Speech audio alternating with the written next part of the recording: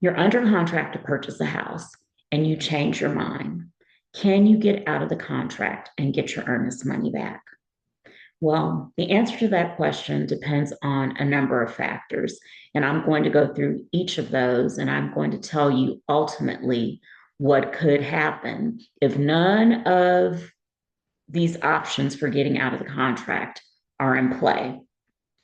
My name is Sharon Smoot. I'm a realtor and a residential real estate closing attorney in the metro Atlanta area. Let's get into it. What happens if you, as the buyer, change your mind about purchasing a home that you have under contract?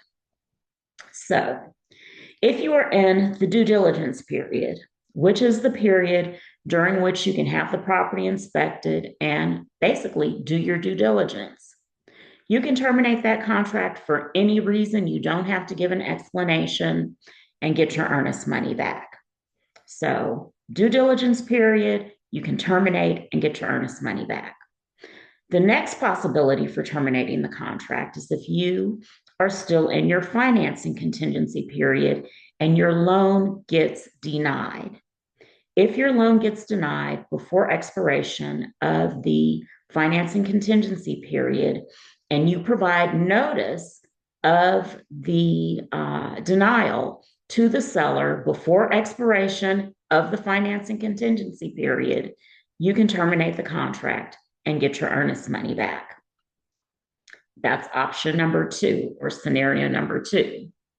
Let's talk about another possibility of getting your earnest money back. If you are still within the appraisal contingency period and the appraisal comes in low and the seller is unwilling to reduce the sales price, and you are unwilling or unable to bring the difference between the appraised value and what the home is worth to closing, because your lender is not going to loan you more than what the home is worth, you can terminate the contract and get your earnest money back. Now, there's a fourth possibility. If there are any other contingencies in the contract and you are unable to satisfy those contingencies before they expire, then you can terminate the contract and get your earnest money back.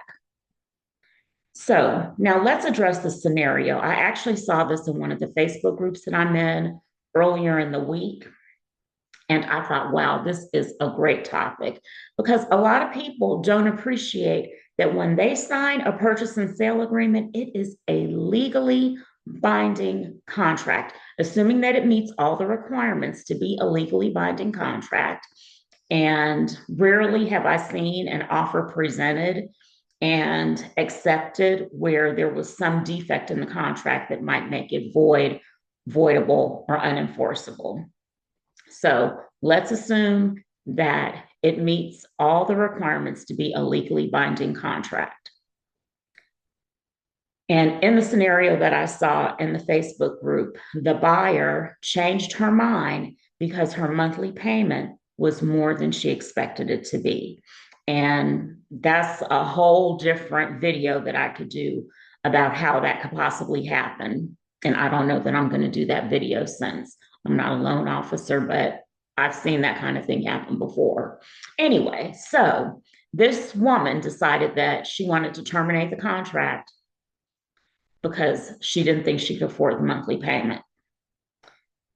Due diligence period expired. Financing contingency period expired. Appraisal contingency period expired.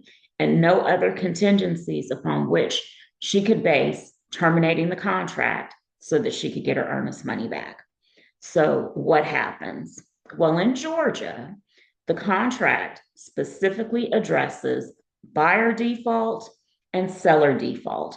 What are the buyer's remedies if the seller defaults? What are the seller's remedies if the buyer defaults? So let's take a look at that right now. I'm going to do a quick screen share so that you can see the language. This is the 2026 GAR contract. And GAR is the Georgia Association of Realtors. Okay, so let's look at the remedies of the seller in the event that the buyer defaults. And what it says is that if the buyer defaults, the seller's only remedy is to retain the earnest money. Right here,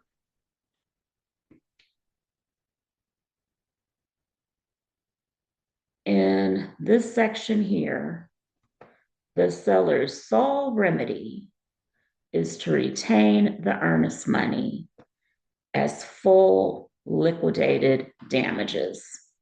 Interesting, right? So, what does that mean? If the buyer defaults, all the seller can get is the earnest money. They are not entitled to sue the buyer for specific performance, which is basically asking the court to order the buyer to consummate the transaction, close on the loan, and purchase the house. No cause of action in court, no cause of action for damages, nothing.